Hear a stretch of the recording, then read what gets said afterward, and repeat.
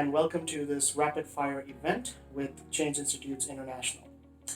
I have with me today the CEO of the company, Ms. Roshni Javiad. Welcome, Roshni, and thank you for taking out the time to do this. I mean, it means a lot to me as well as all the other people watching out there. Thank you so much for coming. Hi, Rahim. Thank you for having me on board. All right, so the setup is simple. Most of you have questions pertaining to Ielts. So I've shortlisted some of those questions and I will be asking them to Ms. Javiad. So you can hear the answers straight from her. Okay, so let's just get to it. Okay, we ready? All right. So the first question is pretty general. Okay, so I thought of starting off on that note. So, all right, the first question is from Prithvi and he wants to know, do I take Ielts General or Ielts Academic? Well, if you are looking out for migrating as a resident or on a work visa, you would need to take up an IELTS general training module. On the other hand, if you are looking out for an overseas education, you would need to take up an academic module. All right, now this second question is pretty vague, okay, but I'm sure you know how to answer it.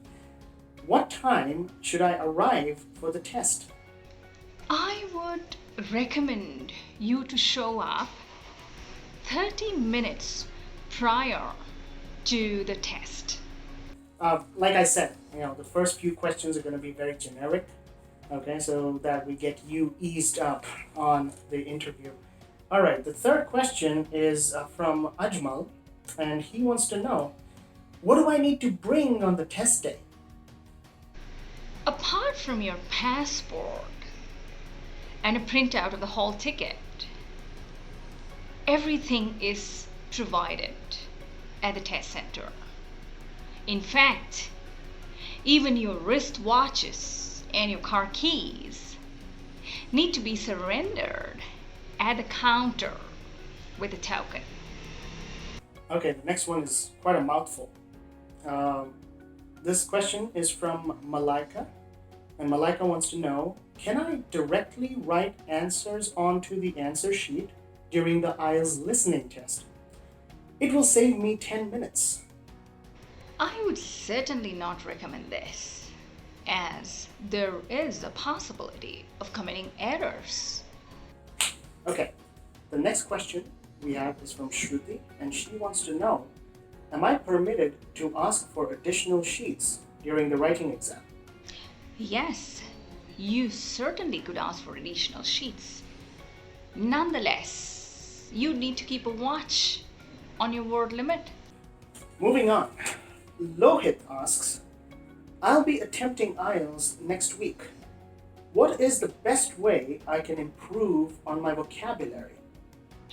Well, Lohit, vocabulary, in my opinion, requires intensive practice.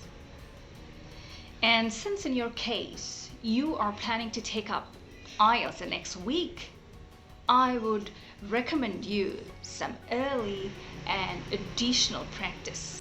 Now, the next question is from Harsh. And Harsh wants to know, can I speak casually during my speaking test?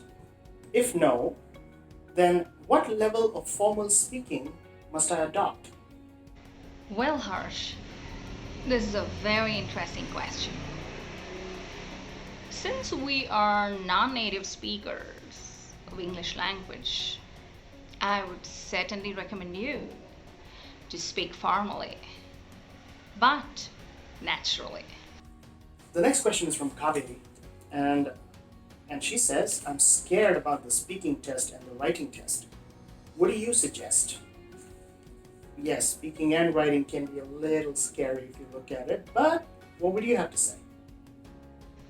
Well, Kaveri, this is directly proportionate to your objective and passion. The stronger the desire, and with some practice, every task appears easier. Anirudh asks, can I use the letter format I learned in school? Well, Anirudh, It certainly is not the kind of format that we used at schools. There is a minor difference. Guru has a very interesting question. What if my headphones stopped working during the listening test? Will I be allowed to hear the audio from where I left off?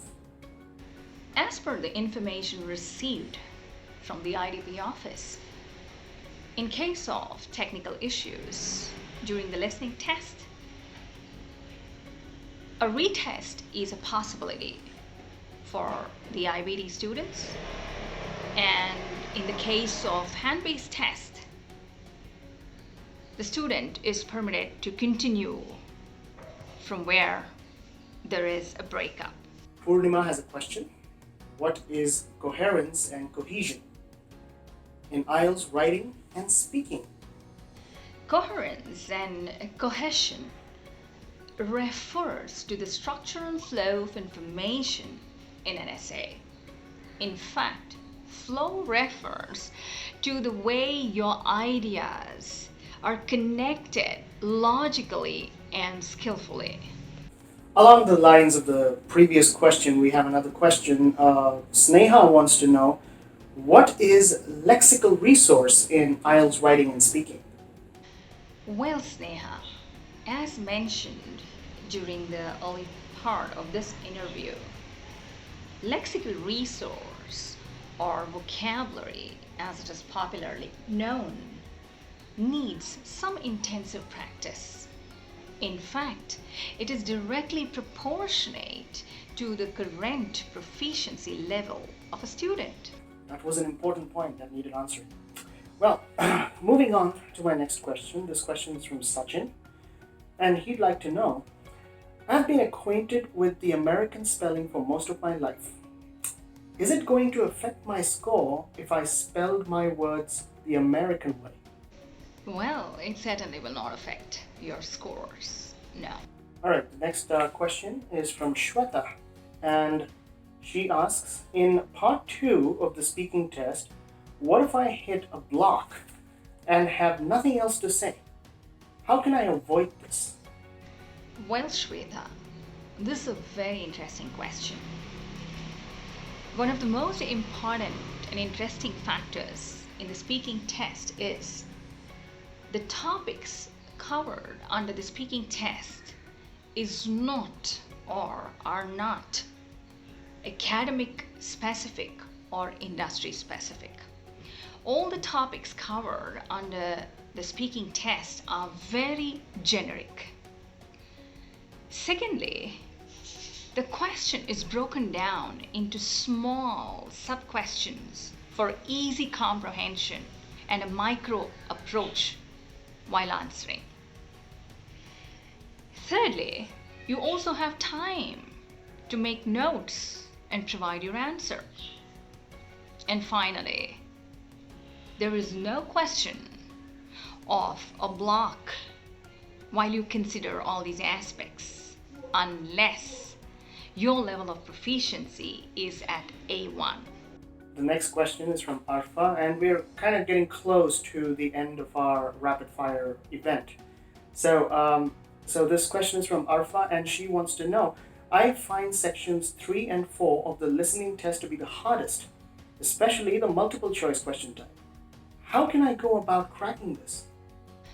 Well, Arfa, since you are talking about cracking the question, I would certainly recommend you to take a course at CII. That was very smart. All right, moving on to our final 2 questions. This one's asked by Mujib, and he wants to know, is it a good practice to practice an introduction about myself beforehand so that I don't fumble during my speaking test? Absolutely. I would certainly recommend you to work on your self-introduction, as I've noticed many of them make errors during their self-introduction. All right, we're down to our final question, and this one's from Nathaniel. Now, Nathaniel wants to know, I believe I am fluent in English, but I've heard from my friends that I may hear speakers with different accents in the listening test. What if I'm not well versed with these accents? How can I go about cracking it? Well, Nathaniel, we are talking in terms of a proficiency test. Hence, it's advisable to be familiar with as many accents as possible. So, that was the end of the rapid fire event. I think it went really well, and I hope that all of you watching this video enjoyed it as much as I did. And thank you very much, Roshni, for taking out the time to sharing all this information with us. It was a pleasure having you on board. Thank you, Rahim. It was an amazing experience. Hope I've answered all your questions. Thank you all for watching this video. Be sure to like, comment, and share. So, it's time for me to wrap up this event, but don't worry, we'll be back next week with another great event. So, until next time, this is Rahim Bukhari signing off. Take care.